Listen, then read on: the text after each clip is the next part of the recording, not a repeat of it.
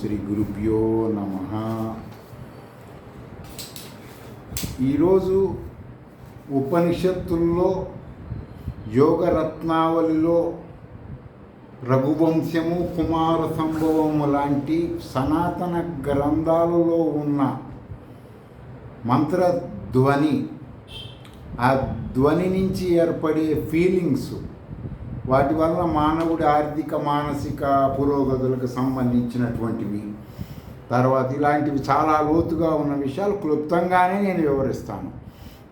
ముండకో ఉపనిషత్తులో 3:28లో ఉంటుంది. బృహదారణ్యక ఉపనిషత్తులో 4:21లో ఉంటుంది. ఇది నిగూఢంగా ఉంటాయి. ఈ శబ్దాల అర్థాలు మీరు పురచ్చరణ అయిన శ్రీ విద్యా గురువుల ద్వారా తెలుసుకోవచ్చు. ఇందులో ఈ చెప్పిన ఉపనిషత్తుల్లో ఈ మహాగాయత్రిలో కొన్ని వ్యాహృతులు వస్తాయి. ఓం భూహు, ఓం భూహ, ఓం భూహ అని. అంటే ఆ లోకాలలో ఉన్న దైవశక్తి, అంటే మీకు ఎంతసేపు దైవశక్తి అంటే మీరు ఏదో ఫిజికల్గా ఆలోచించవచ్చు, ఇంటర్నల్గా ఆలోచించండి. ఈ విశ్వంలో ఉన్న మహా చైతన్య స్వరూపము, కాంతి కిరణములైనటువంటి శక్తి ఆ లోకాలలో ఉన్నట్టు ఈ లోకంలో కూడా నీ దగ్గర ఉంది. దానిని ఏ ధ్వని ద్వారా అయితే నువ్వు యాక్టివ్ చేసుకోవచ్చు. అమృత సేతు అంటే గతంలో చెప్పేశాను మీకు.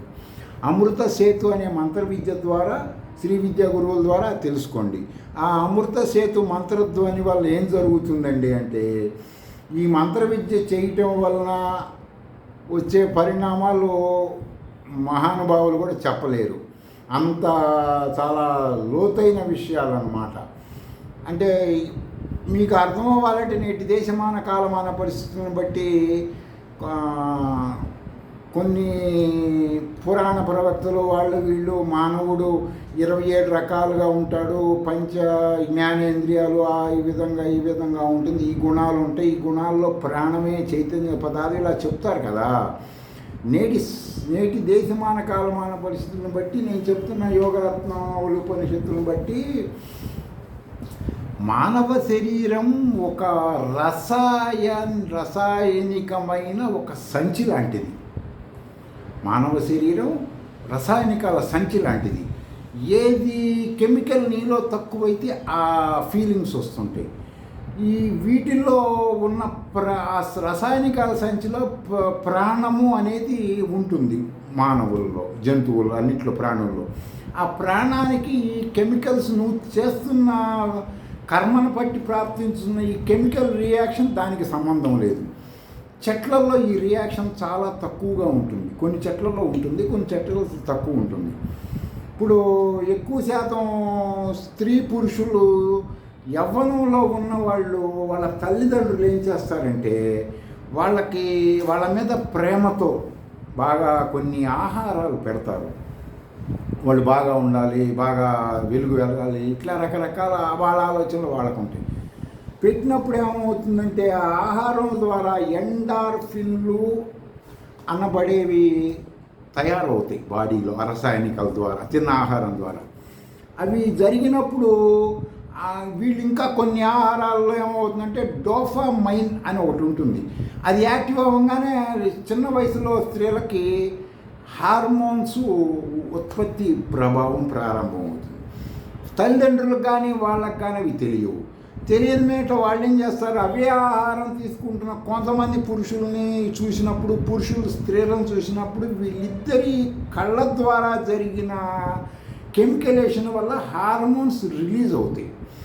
వీళ్ళకప్పుడు ఈ శ్రీ విద్యా మంత్రాలు చేస్తున్న వాళ్ళు కానీ అలాంటి వాళ్ళకి అలా రిలీజ్ అయినప్పుడు వివేకము, విచక్షణ అనేది ఒక కెమికల్ రిలీజ్ అవుతుంది బ్లడ్లోకి. అవంగానే వెంటనే వాళ్ళు ఏం చేస్తారంటే దానిని జరుగుతున్న రసాయనిక చర్య కరెక్టా కాదా అని అబ్జర్వేషన్ చేసుకొని ప్రొసీడ్ అవుతారు. చాలామంది సనాతన కుటుంబంలో ఉన్నటువంటి వాళ్ళు, చాలా పెద్దవాళ్ళు, వాళ్ళ గురించి నేను ఇప్పుడు చెప్పదలుచుకోలేదు. వాళ్ళ ఆడపిల్లలు, వాళ్ళ మగపిల్లలు కూడా ఇలాంటి వాటిలో గురై బయటికి చెప్పుకోలేక, వాళ్ళలో ఉండలేక మానసిక క్షోభకు గురవుతున్నారు. కారణం ఏంటి? ఈ ఉపనిషత్తుల్లో ఉన్న ఈ శబ్ద ధ్వని శాస్త్రాలని వాళ్ళు స్టడీ చేయకపోబట్టి. సామాన్యులకు జ్ఞానం తెలియజేసిన వాళ్ళు జ్ఞానశూన్యులైతే పరిస్థితి ఏంటి సమాజం? ఆ విధంగా రిలీజ్ అయినప్పుడు కెమికల్స్ వాళ్ళు ఆటోమేటిక్గా గుండెల మీద పెట్టి పెంచుకొని నెత్తి మీద పెట్టి పెంచుకో ఇసురవతల పారేసి వాళ్ళ హార్మోన్లు డిశ్చార్జ్ అయ్యే పనులే వాళ్ళు చేస్తారు. అలాంటప్పుడు ఏం చేయాలంటే వాళ్ళని పెంచేటప్పుడు హార్మోన్స్ ఈ శ్రీ విద్యా మంత్రం చేసే వాళ్ళకి ఆ జ్ఞానం వస్తుంది. ఆ జ్ఞానం వచ్చినప్పుడు వాళ్ళు ఏం చేస్తారు, ఆ హార్మోన్స్ పిల్లలకు అందకుండా చూడటము, అందినా దాని నుంచి దుష్పరిణామం జరగకుండా చేస్తారు. ఇప్పుడు ఉదాహరణకి కొంతమంది ప్రెగ్నెన్సీతో ఉన్న ఆడవాళ్ళు ఉంటారు. వాళ్ళకి ప్రెగ్నెన్సీ రాగానే కొన్ని రోజులకు కానీ వాటి తర్వాత ఏముందంటే ఇప్పుడు భూమి మనం బోర్ వాటర్ వేస్తాం కదా, బోర్ వాటర్ వేసినట్టు భూమిలో ఇసుక దగ్గర ఉన్న నీళ్లు పైకి ఎలా వస్తాయో వాళ్ళకి అక్కడ ఒక పొర ఏర్పడుతుంది. క్షీరధార పొర అంటారు కెమికలేషన్ అయినప్పుడు, బాడీలో కెమికలేషన్ వీళ్ళు ప్రెగ్నెన్సీ కలవటం వీటి వలన ఆ పొర ఏర్పడుతుంది. ఆ పొర నుంచి ఏమవుతుంది, పిల్లవాడు కొన్నాళ్ళు ఉంటుంది, ఆ పొర ఎక్కువ కాలం ఉండదు. వాళ్ళకి అందుకే ఆడవాళ్ళకి సపరేట్గా 2 ఇంద్రియాలు ఉంటాయి అనేది అవే. ఆ ఇంద్రియాలు అప్పుడప్పుడు పనిచేస్తూ ఉంటాయి. ఈ చంటి పిల్లవాడు ఏం చేస్తాడు, పాలు తాగడానికి టచ్ చేయంగానే కరెంట్ వేయంగానే భూమిలో ఉన్న నీళ్లు మోటార్ ద్వారా ఎలా వస్తాయో అదే సూత్రం ప్రకారం వీడు కరెంటు పాస్ చేయంగానే ఈ శిశువు అక్కడి నుంచి పాలు వాడికి అందుతుంటాయి. ఈ రసాయనిక చర్యలో అనేకమైనటువంటి లోపభూయిష్టములు, మంచి చెడ్డలు, లాభ నష్టాలు ఉంటాయి. అంటే వీటిని శ్రీ విద్యా మంత్రధ్వని ఏదైనా ఇప్పుడు సపోజ్ ఖడ్గమాల అని ఉంటుంది. ప్రెగ్నెన్సీ వచ్చిన ఆడవాళ్ళు ఎవరైనా ఖడ్గమాల కనుక చదువుతూ ఉంటే డెలివరీ అయిన తర్వాత కూడా అది చదువుతూ వాళ్ళు చదవటం రాని వాళ్ళు చెవుల్లో అవి పెట్టుకొని వింటూ ఉండి డెలివరీ అయిన తర్వాత సౌభాగ్య సొంటి అని ఉంటుంది ఒక లేహ్యం, అది వాడుతూ ఉంటే బాడీలో కెమికలేషన్ విధానం కరెక్ట్గా ఉండి పిల్లవాడి కరెక్ట్గా పాలు రావటం అంతా ఆరోగ్యంగా ఉంటాడు. ఈ కెమికలేషన్ సరిగ్గా లేనప్పుడు ఏమవుతుందంటే వాడికి పాలు సరిగ్గా రాక మందులు వాడి అవి వాడి వాడి దేహం కృషించి నశించిపోయి భవిష్యత్తులో ఇబ్బందులు పడే విధంగా చేస్తుంటారు. అంటే ఈ ధ్వని యొక్క కెమికలేషన్ జ్ఞానం లేక అవి వీళ్ళు ఇప్పుడు ఖడ్గమాల నిరంతరం వింటూ ఉండి ప్రెగ్నెన్సీ వచ్చినప్పటి నుంచి డెలివరీ అయిన తర్వాత కూడా వింటూ ఉన్నారనుకోండి, వింటూ ఉంటాం, చేస్తూ ఉంటాం, ఆ ధ్వని వల్ల లోపల కెమికలేషన్ కరెక్ట్గా ఉంటుంది, హార్మోన్స్ బ్యాలెన్స్ కరెక్ట్గా ఉంటుంది. తర్వాత వచ్చేసి ప్రొలాక్టిన్ అనేది, ఆక్సిటోషన్, ఈ 2 స్పీడ్గా ఉత్పత్తి అవుతాయి లేడీస్లో ఎక్కువగా.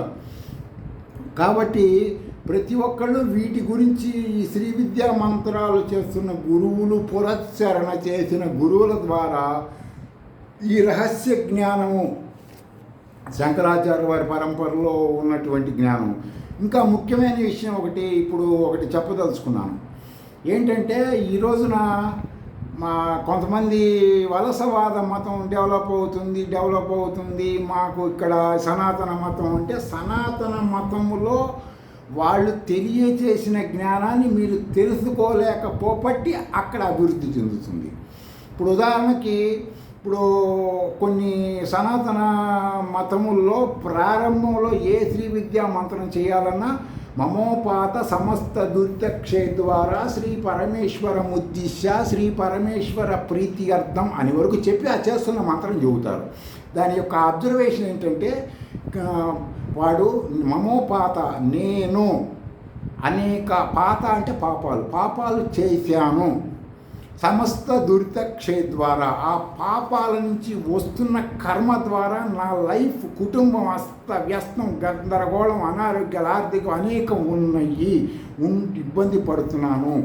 వాటి నివారణ కొరకు శ్రీ పరమేశ్వర ప్రీతి అర్థం అంటే ఈ యూనివర్సల్ పవర్ అయిన నేను, నాలో నువ్వు ఉన్నావు, అది నేను గుర్తించి ఈ సమస్యలు నివారణ చేసుకోవాలి. దానికోసం నీలో ఉన్న ఒక వెంట్రుక లాంటి ఒక మంత్రము నేను చేస్తున్నాను గురువుపదేశం వలన, నాకు అవి పోవాలని చెప్పడం. ఇది ఎప్పుడైతే వాడు శబ్ద అర్థధ్వని జ్ఞానంతో చెబుతాడో వాడి మంత్రం సిద్ధి పొందుతుంది. కొంతమంది ఈ వలసవాదులు ఆర్థిక ఇబ్బందులు, అనారోగ్యాలు, మానసిక ఇబ్బందులు ఉన్న వాళ్ళకి డిప్రెషన్ వచ్చినప్పుడు వాళ్ళు వెళ్ళి వాళ్ళ మత దేవుడి దగ్గరికి వెళ్ళి ఏం చెప్తారు, మా పలానా ప్రాబ్లమ్స్ ఉన్నాయి, పలానా దయ్యాలు పడి పెద్దగా చెప్పేస్తారు. వాళ్ళ మనసులో ఉన్నవి దిగిపోయినప్పుడు వాళ్ళకి ఆటోమేటిక్గా రిలాక్స్ అవుతుంది. రిలాక్స్ అయినప్పుడు హార్మోన్లు కంట్రోల్ అవుతాయి. అప్పుడు వాళ్ళు ఆటోమేటిక్గా మాకు ఈ దేవుడి వలన ఉపయోగపడింది. ఇక్కడ సనాతన కాలం నుంచి ఉన్న ఈ శబ్ద అర్థ జ్ఞానంతో ఇది తెలుసుకుంటే ఉపయోగమా? ఇది ట్రూత్, సత్యము. కాబట్టి దీనిని మీరు తెలుసుకోండి, తెలియచెప్పండి, మీరు చెయ్యండి, ఉత్తమ ఫలితాలు పొందుతారు. స్వస్తి.